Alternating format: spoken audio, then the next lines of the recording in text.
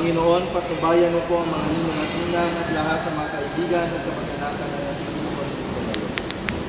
Sumayin niyo ang Panginoon at pagpalain kayo ng makapangyarihan Diyos, Ama, Anak, at Espiritu Santo.